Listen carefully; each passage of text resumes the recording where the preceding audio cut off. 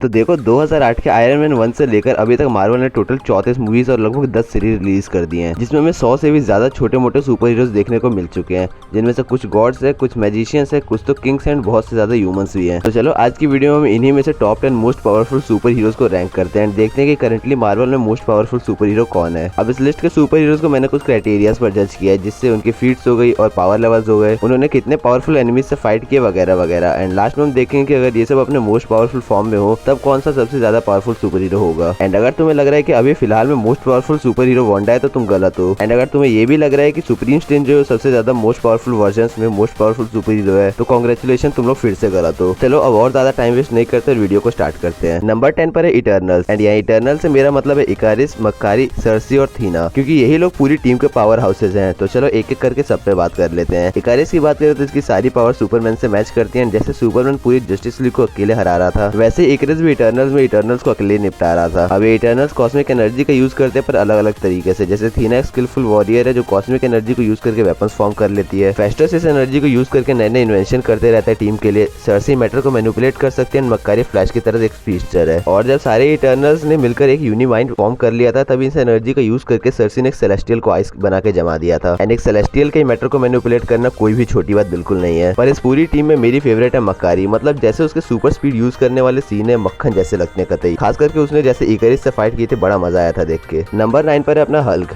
अब ये हरा भरा मॉन्स्टर वाकई में लिस्ट में काफी ऊपर होता अगर द एवेंजर्स से मार्वल ने इसे भी थॉर की तरह भयंकर लेवल के पावर अपग्रेड्स दिए होते तो। फिर भी अभी भी ये इतना पावरफुल तो है कि हम इसे easily one of the most physically strongest Avenger कह सकते हैं। इसकी फीट्स की बात करें तो इसने लेवियाथन को एक ही पंच में नॉकआउट कर दिया था। एंड इसने थॉर को भी कई बार बराबरी की टक्कर दी है। इसकी ड्यूरेबिलिटी भी वाकई तारीफे काबिल है, क्योंकि एंड गेम में इसी ने स्नैप किया था सबको वापस लाने के लिए, जिसमें इसका हाथ जल तो गया था पर वापस से रिकवर भी हो गया था कुछ सालों बाद। पर जब इसे गुस्सा आता तो ये नहीं देखता कि सामने कौन है, बस भिड़ जाता है जैसे सटर से लड़ गया था। लेकिन अब देखते हैं कि एमसीयू में इसका होता क्या है, क्योंकि हाल फिलहाल में वापस से सुनने को आया था कि इस पे वापस एक मूवी बनने वाली है। पर ऐसे खबरें हर 3-4 महीने में आते ही रहती हैं। Number 8 iron man. अब ऑफिशियली यही वो इंसान है जिसने मार्वल के सिनेमैटिक यूनिवर्स की स्टार्टिंग की थी। एंड इसका नाम है टोनी स्टार्क। और टोनी के पास वैसे तो कोई सुपर पावर नहीं है, लेकिन ये एक जीनियस एंड बैटमैन की तरह बहुत अमीर भी है। इसने पहला सूट तो मजबूरी में बनाया था पर फिर इसे मजा आने लगा और फिर टोटल मिला जुलाकर इसने अभी तक 85 सूट बना लिए हैं अपने लिए। और स्पाइडरमैन, वॉर मशीन और पेपर के लिए भी 6-7 सूट बना डाले हैं। अपने मार्क 85 सूट की हेल्प से साउंड से कई गुना तेज उड़ सकता है। एंड इसका सूट इसी सुपर स्ट्रेंथ प्रोवाइड कराता है और सुपर ड्यूरेबल भी बनाता है। इसमें फ्राइडे जैसी एआई भी इंस्टॉल है जो एनिमी की वीकनेस का पता लगा सकती है एंड दूसरों के फाइटिंग स्टाइल को भी कॉपी कर सकती है। आयरन मैन के फीट्स की बात करें तो इसने पावर स्टोन के ब्लास्ट को सर्वाइव किया एंड सक्सेसफुली स्नैप भी किया है। इसने अपने हल्क बस्टर सूट से हल्क को हरा रखा है। Thor, Thanos, Captain America and Ultron जैसों का सामना किया है। पर जो चीज इसे खास बनाती है वो इसका इंटेलिजेंट माइंड, जिसकी बदौलत इसने टाइम मशीन को इन्वेंट किया था एंड एक गुफा में आर्क रिएक्टर को बना दिया था, जिसे दूसरे साइंटिस्ट प्लेंटी ऑफ रिसोर्सेज के साथ भी नहीं बना पा रहे थे। Number 7 moon night. तो फेज 3 के बाद से मार्वल ने कई सारे सुपर हीरोज को इंट्रोड्यूस करवाया है, जिसमें से बहुत से ज्यादा ही बहुत ही बेकार थे, पर जो अच्छे थे उन्हीं में से एक है मून नाइट। अब इसकी नॉर्मल लाइफ के तो पकौड़े लगे ही रहते हैं, क्योंकि बंदे के दिमाग में 3-4 पर्सनैलिटीज रहती हैं जो कि सभी के सभी अलग माल हैं। पर इससे अपनी पावर्स मून गॉड खॉन्शु से मिलती है जो कि एक इजिप्शियन गॉड है। मून नाइट की पावर्स में आते super strength, high durability, super speed, long jump and immortality. पर इसकी पावर्स मैक्स लेवल पर तब काम करते हैं जब पूर्णिमा की रात होती है। लेकिन खॉन्शु और मून नाइट का रिश्ता ताले चाबी जैसा होता है, क्योंकि दोनों का एक दूसरे के बिना भंटा धार हो जाता है। ऐसा इसलिए क्योंकि खॉन्शु अपनी पावर्स को बिना किसी होस्ट के रियल वर्ल्ड में यूज नहीं कर सकता। एंड जब खॉन्शु कैद रहता है तब मून नाइट की पावर्स भी चली जाती है मार्क स्पेक्टर से। नंबर 6। तो नंबर 6 पर है फिर से अपने पास एक फ्रेशली इंट्रोड्यूस सुपर हीरो काहोरी। अब ये भी पहले तो अपन की तरह एक नॉर्मल ह्यूमन थी, पर फिर एक बार ये स्पेस स्टोन से पोर्टल से दूसरी जगह पहुंच जाते हैं, जिससे इसे काफी सारी पावर्स मिलती हैं, like super strength, super durability, super speed, telekinesis and teleportation. और टेलीपोर्टेशन के लिए तो मल्टीवर्स में भी पोर्टल ओपन कर सकती है, जो कि अगेन पूरे मल्टीवर्स में कुछ ही लोग कर सकते हैं। पर इसने व्हाट इफ में ऐसे ऐसे काम किए हैं जो कि तो काफी इंप्रेसिव पर इलॉजिकल भी लगते हैं। जैसे म्योल्निर को अपने टेलीकाइनेसिस से मूव करना, किलमॉन्गर को एक ही झटके में निपटा देना जब उसके पास सारे इन्फिनिटी स्टोन्स थे। पर जो कांड इसने लास्ट में किया था वो तो कहीं से भी सेंस नहीं बनाता है, जो कि कैप्टन कार्टर के साथ मिलकर स्टील सुप्रीम को ओवर पावर करना, क्योंकि बंदे ने ऑलरेडी इन्फिनिटी अल्ट्रॉन के पीक पर फाइट कर रखी है। पर जो भी हो, बंदी की पावर्स है तो बहुत औसम। और कुछ समय पहले ऐसी भी खबर आई थी कि अपने को सीक्रेट वॉर्स में भी देखने को मिलने वाली है। Number 5 captain Marvel. अब इसे भी अपनी पावर टसरेक्ट यानी स्पेस स्टोन से मिली है एंड इसकी पावर्स में आते हैं super speed, super durability, super strength and energy absorption. और कहा जाता है कि ये स्पेस में स्पीड ऑफ लाइट से भी फ्लाई कर सकती है। इसकी फीट्स की बात करें तो इसने पावर स्टोन के पंच को सह रखा है, थेनोस से फाइट की है एंड उसे ओवर पावर भी कर रही थी, हालांकि वो थक चुका था। फिर इसने आर्मीज को कई बार अपने दम पे डिस्ट्रॉय किया है और व्हाट इफ में थॉर से भी फाइट कर चुकी है। पर जब ये ज्यादा ही एनर्जी एब्जॉर्ब कर लेती है तब ये अपने बाइनरी फॉर्म में चली जाती है, जिसके बाद ये अनस्टॉपेबल बन जाती है एंड इसने अपने इसी फॉर्म में एक मरे हुए स्टार को फिर से जला दिया था। Number 4 doctor strange. अब अपने डॉक्टर स्ट्रेंज अपने जादुई कारनामे करने से पहले एक ब्रिलियंट न्यूरो सर्जन थे, लेकिन फिर इनका एक्सीडेंट हुआ, जिसके बाद इसने एल्डरिच मैजिक में तो महारत हासिल की ही और फिलहाल इनकर्जन्स भी रोक रहा है। पर तुमने भी कभी ना कभी तो सोचा ही होगा कि ये इतनी जल्दी मैजिक कैसे सीख गया, क्योंकि बाकियों को तो सालों लग गए थे। एंड इसका रीजन है डॉक्टर स्ट्रेंज की मेमोरी। अपने डार्क साहब जो भी चीज एक बार पढ़ ले तो उनके दिमाग में छप जाता है। इनकी पावर्स की बात करें तो टेलीकाइनेसिस, टेलीपोर्टेशन, छोटी मोटी रियलिटी रैपिंग, क्लोन मैनिपुलेशन और अपने चोगे की वजह से उड़ भी पाते हैं। और आई ऑफ अगामोटो से किसी भी मिस्टिकल बींग्स को देख सकते जो कि नंगी आंखों से नहीं दिखा जा सकता। इसकी फीट्स में आते हैं थेनोस को बराबरी की टक्कर देना, जब थेनोस के पास 5 इन्फिनिटी स्टोन्स थे एंड डॉक्टर स्ट्रेंज ने तो अपना टाइम स्टोन भी यूज नहीं किया था। इसने थॉर को भी ट्रिक किया है, लोकी को लूप में ट्रैप किया था, डोरमामू को भागने पे मजबूर किया था, स्कारलेट विच से भी फाइट कर चुका है। इसके पास एस्ट्रल पंच भी है, जिससे किसी भी सेंटिएंट बीइंग की सोल को उसकी बॉडी से अलग कर सकता है। एंड अगर ये कहीं कम पावरफुल पड़ जाए तो पावरफुल बीइंग से पावर भी ले सकता है डील करके। Number 3 Thor.